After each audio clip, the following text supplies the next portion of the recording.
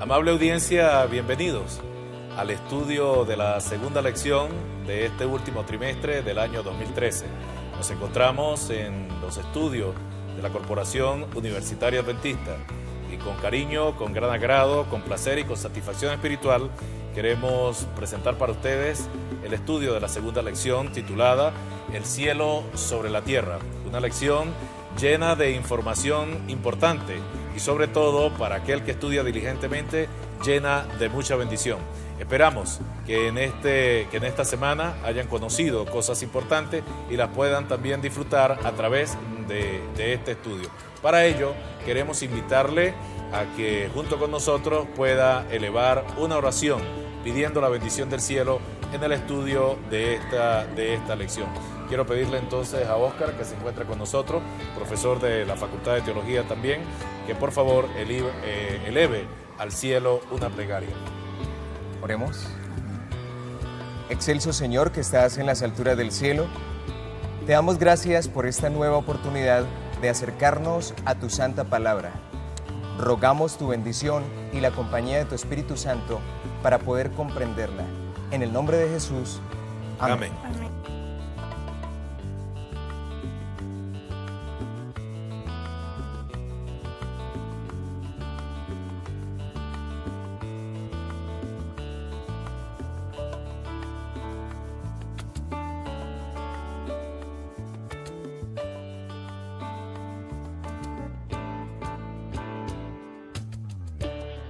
Bienvenidos nuevamente al estudio de la lección de Escuela Sabática y en esta ocasión, conforme lo hemos anunciado, estaremos estudiando la lección El cielo sobre la tierra. Se encuentra conmigo primero la dama, está Lina, bienvenida, estudiante de mercadeo, correcto. También tenemos a Yesid, estudiante de teología, y está Óscar, profesor también en la Facultad de Teología. El cielo sobre la tierra, una lección muy especial, una lección muy particular, especialmente porque algunos hemos encontrado información que no conocíamos. Por ejemplo, se menciona en la lección de esta semana, Lina, que el Edén es también un santuario. ¿Tú sabías eso antes de estudiar esta lección?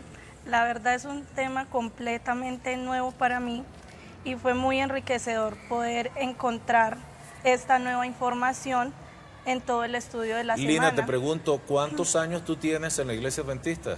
Soy adventista de nacimiento. No me digas entonces cuántos años tienes porque vamos a descubrir tu edad. No, sí se puede decir. No, tranquila. Pero eres adventista de nacimiento y sí. En lo que llevas en la iglesia nunca habías leído o escuchado que el Edén también sea un santuario, que se entienda como un santuario. Eso es nuevo para ti, ¿correcto? Es nuevo completamente, correcto. Óscar, estás graduado de teología y eres profesor de teología. Ajá. ¿Cuándo tú descubriste que el Edén es un santuario también? Bueno, yo también, como Lina, encuentro esto relativamente nuevo. Sí, relativamente nuevo. Hay cosas que son muy coincidentes, pero hay otras en las que nunca antes había fijado mi atención, así que... Muy bien. Y tú, Yesid, que estás a punto de graduarte en teología, ¿tú sí tenías esta información? Bueno, afortunadamente yo sí tuve la oportunidad de escuchar de labios de un docente en la academia que el Edén se interpretaba también como aquel primer santuario terrenal, antes del santuario que se estableció en el desierto. Muy bien, no me pregunten a mí si para mí era nuevo, porque yo también me gradué incluso más temprano que Óscar. Ahora, bien, vamos a entrar en la lección. ¿Qué elementos nos aporta la Biblia y el autor de esta lección para que nosotros veamos que el Edén es un santuario celestial? ¿Quién quiere comenzar? Bueno, pues déjeme a mí. A ver, Óscar. Arranco. Sí, en la palabra de Dios se encuentran algunos elementos que se pueden usar, ¿cierto?, como coincidentes entre el Edén como santuario y el santuario. De hecho, las palabras todo, acabado y bendijo que fueron usadas al finalizar la creación y que fueron usadas por Dios, pues también encuentran, ¿cierto?, coincidencias cuando se está en el proceso de la construcción del santuario. Y para esto, pues, encontramos allí en Éxodo 39, 32. Permíteme parar aquí. A ver, Yesid, tú que tienes la información más fresca que viniendo de las aulas de teología, el folleto, como lo dice el profesor Oscar, nos menciona que las palabras fue todo acabado, que entiendo que en el relato de la creación se refiere a no solo al Edén, ¿no? Sino toda la tierra. Fue todo acabado. Y es también la expresión que se utiliza, tú ibas a citar Sí. ¿Cuál es la cita? La cita está en Éxodo 39, 32 A ver, Éxodo 39, 32, ¿qué y dice? 43. Dice de la siguiente manera. 32 dice así: así fue acabada toda la obra del tabernáculo de reunión, e hicieron los hijos de Israel como Jehová lo había mandado a Moisés. Así lo hicieron, dice el texto. Y el versículo 43 también dice: y vio Moisés toda la obra, y he aquí que la habían hecho como Jehová había mandado, y los bendijo. Entonces, esa bendición, ese acabar, ese terminar, coincide con lo que está en el relato de la creación. ¿Es así, Jessy? Es así, son las mismas palabras usadas de la raíz hebrea para la creación. De manera que son, pues, son paralelas. Al cierre de la creación, termina Dios la creación y cierra, por decirlo de alguna manera, con ese broche de oro, diciendo que todo queda terminado, bendecido, acabado, al igual que cuando finalmente el tabernáculo del desierto queda terminado. Lina, ¿qué encontraste tú, a pesar de que la información toda es nueva para ti, qué encontraste que te llamó así poderosamente la atención para ver el Edén como un santuario? Las imágenes del jardín que aparecen por todo el santuario. Nunca me había detenido a mirar, y el texto que lo revela es Primera de Reyes 6:18, que dice cómo iba estructurado cada mueble del templo. Dice que el candelabro de oro tenía alusiones a flores, a manzanas, o sea, tenía árboles, frutas y flores. Entonces me lleva de una vez al jardín. Maravilloso. Fíjate cómo salen las respuestas según nuestros intereses, ¿no? Oscar y Jessy lo ven por el lado del idioma, pero ¿cómo lo ve Lina?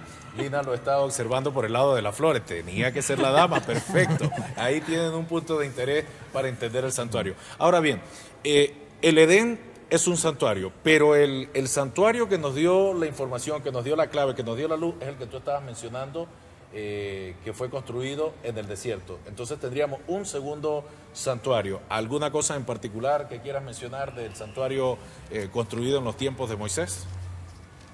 Bueno, yo pienso que aquí lo más importante, lo más rescatable, como dice Otoniel, es precisamente que ese santuario construido en el desierto fue copia del original, ¿cierto?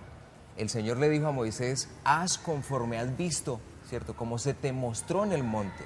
Oscar, te pregunto, el santuario que está en el desierto, que construye Moisés por las instrucciones de Dios, ¿para ti es una réplica fiel, exacta, aunque en miniatura, de lo que está en el cielo, o es solo una copia parcial? Seguramente lo del cielo es más amplio. ¿Cómo tú lo ves? Bueno, respecto a eso hay un estudio bien interesante y parte del hecho de que es figura o sombra, ¿cierto? Sombra de lo que ha sido hecho en el cielo.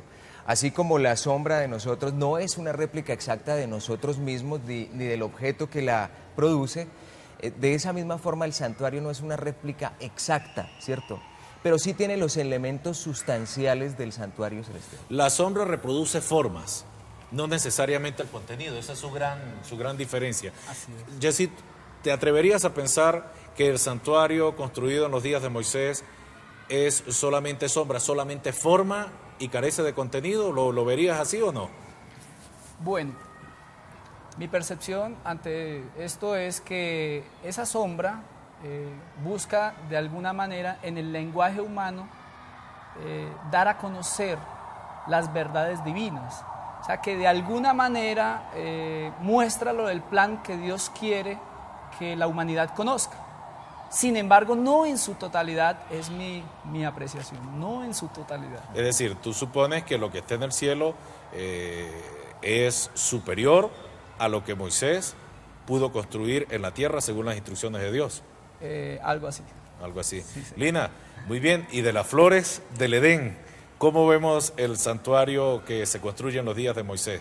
Ese sí lo conoce desde niña. Sí, ese Muy bien. sí. ¿Cuál es la gran lección que llevas sabiendo que él es de algún modo sigue el modelo celestial? Bueno, para mí lo fundamental es el propósito con el cual el Señor permitió la revelación divina de cómo realizar el santuario en la tierra. Y es que el Señor tenía 3 propósitos, que era habitar con su pueblo, reunirse con él y hablar con él. El santuario en el desierto para mí representa completamente esos 3 propósitos. A una adventista de nacimiento me place preguntarle, Lina, ¿quién es para ti la figura central, el personaje central del santuario? Cristo Jesús. Cristo Jesús, muy bien. Pero Cristo Jesús también es visto en la lección de esta semana como un santuario, ¿no? Correcto. Lo cual también puede ser sorpresa para los adventistas de otrora, ¿no? De los que no hemos tenido la oportunidad de pasar por las aulas recientemente. Cristo como santuario lo vamos a comenzar a estudiar en la segunda parte de este repaso, y les invito entonces para que nos acompañen en esa segunda parte. Cristo como el santuario, en la segunda lección del último trimestre del año 2013. Les esperamos.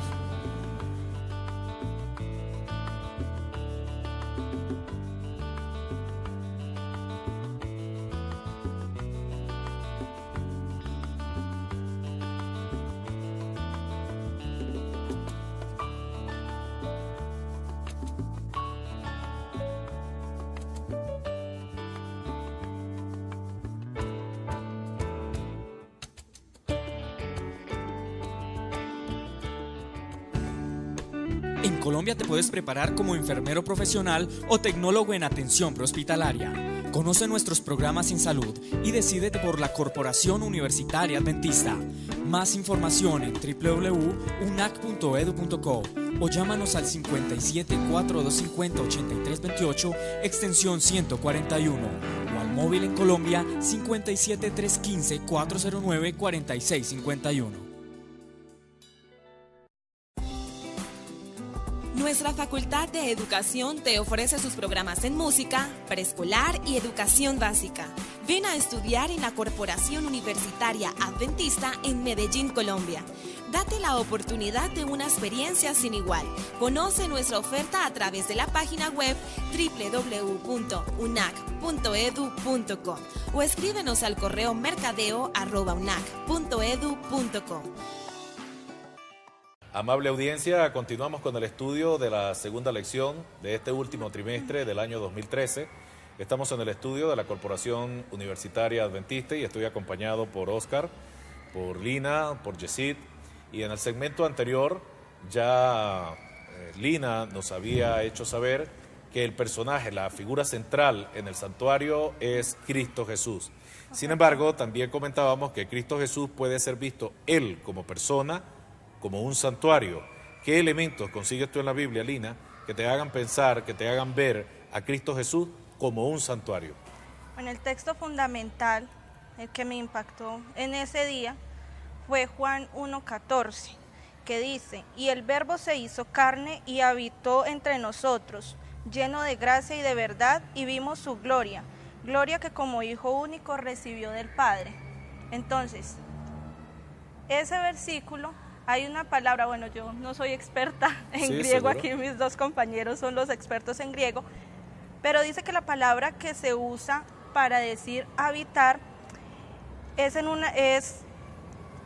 igual a un sustantivo que se usa en el verbo, o sea, para la palabra tabernáculo.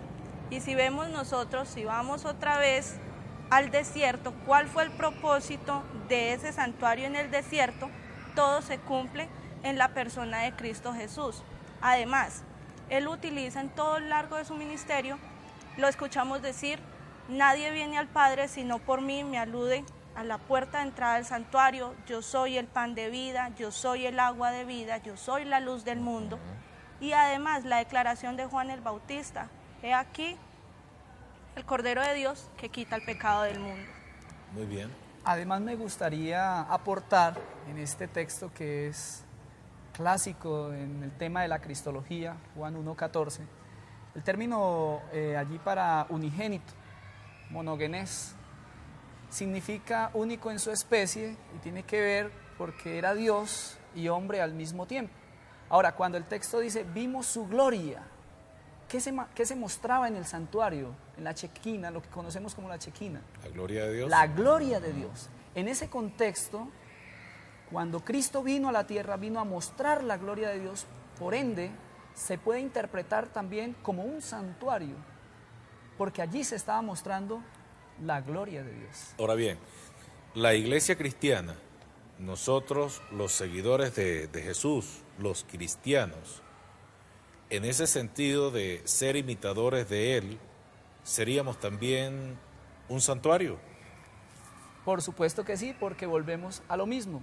Luego que Cristo asciende, viene el derramamiento del Espíritu Santo, que también es la presencia de Dios en la humanidad.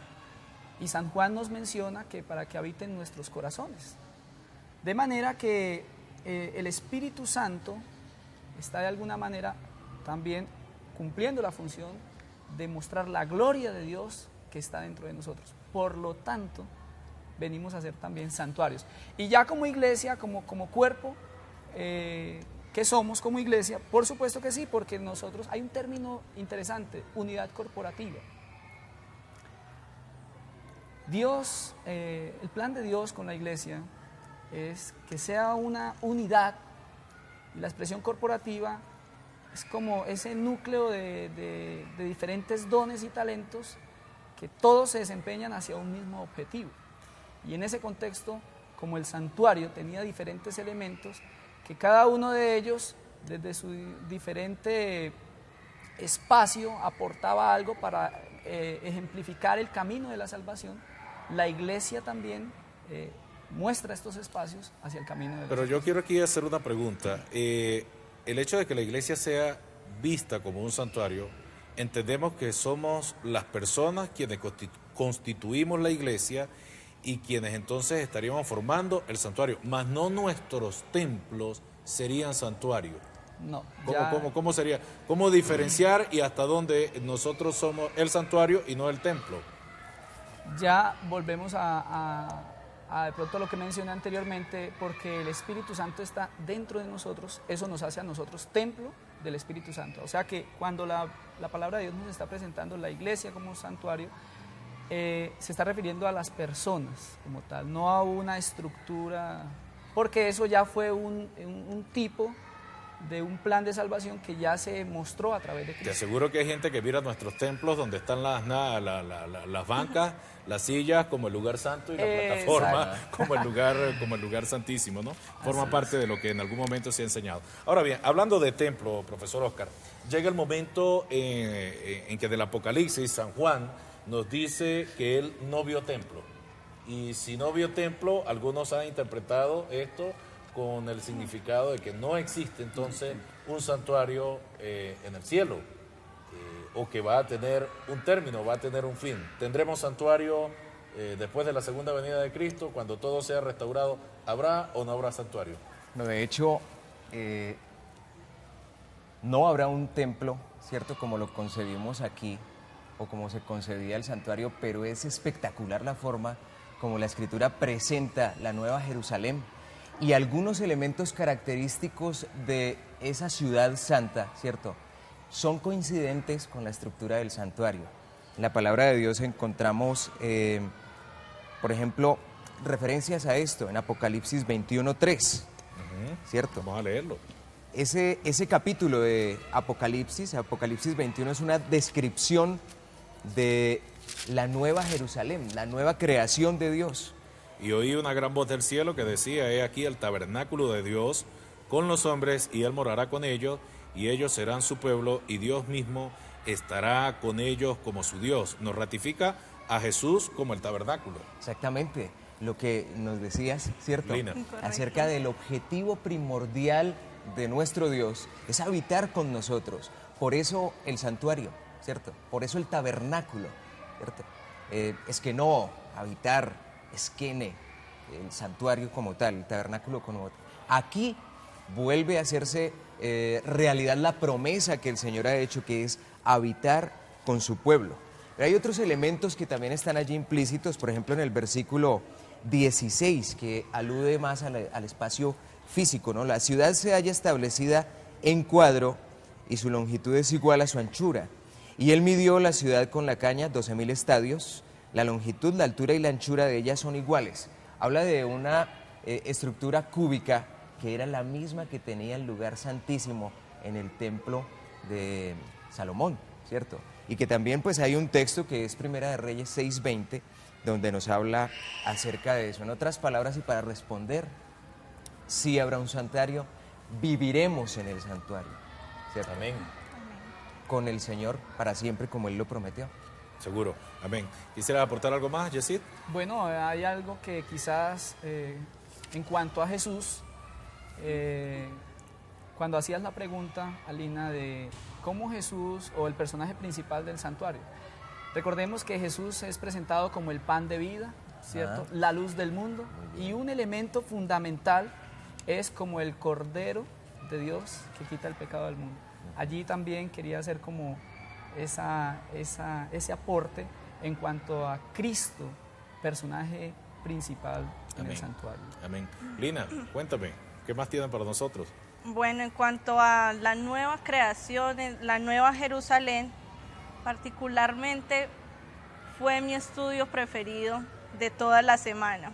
Perfecto. O sea, ya no vamos a necesitar tipos, no vamos a necesitar figuras, sino que ya vamos a habitar dentro del templo.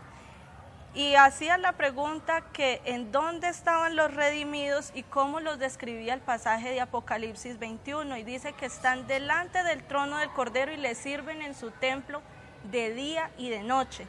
Dice el Señor, hago nuevas todas las cosas, pero al que venciere, no al que de pronto si quiere, no, es al que venciere, yo le daré a que beba de la fuente del agua de vida eterna. Amén. Es una promesa Muy preciosa, especial, maravillosa. que nos deja el santuario. Amén. Bien, el Apocalipsis es entonces, no habrá sol, no habrá mar, no habrá templo. San Pablo nos dice que cosas que oído no oyó, que ojo no vio, son las que el Señor tiene preparadas. Así que lo que nos espera, según el Apocalipsis, es superior a todo lo que nuestra mejor imaginación pueda pensar. En el tema del santuario encontramos elementos para pensar en el mejor futuro, el futuro que Dios nos puede ofrecer. En la lección de la próxima semana se estarán estudiando los sacrificios. Invitamos a toda la amable audiencia para que pueda participar del estudio de la lección, crecer en la gracia y en la sabiduría. Gracias, Lina. Gracias, Yesid. Gracias, Oscar. Dios les bendiga y les seguimos esperando a través de su canal. Dios les acompañe.